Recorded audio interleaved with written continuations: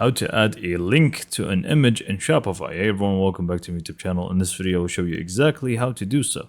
So first log into your Shopify admin, click on Online Store, Themes, and click on Edit Theme. Next up, you simply just want to find a place where you have an image that you want to add a link to. So for example, I'm just going to take this one right here. So by default, it's not clickable. There's no link to it. There's only this button. So I want to make this image clickable. It's very simple. You simply just want to highlight the image. So it's going to be this hero banner for me. And obviously you're just going to have your image in here. You can just feel free to upload any, but scroll down and you should be able to find a link option. You simply just want to add a link to that. So in my case, I'm just going to go ahead and add a link to a specific product, but it could be an external link. That's completely fine. And click on save. And that's pretty much all we need to do. And this works with pretty much all other sections as well. So let me just go in and add another section.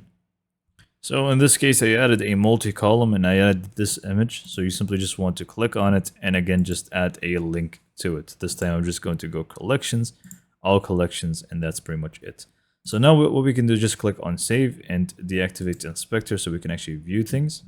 And right now, as you can see now, this is clickable. And if I click on it, it's just going to take me to the product that I specified. And same goes for the other section down here in the home page as well, which is this one. If I click on it, it's just going to basically take me to the collections for all collections. So now this is going to be the default way of doing so. If you don't have these options, then in that case, your theme doesn't support it and you will need to resort to some CSS code that you can add.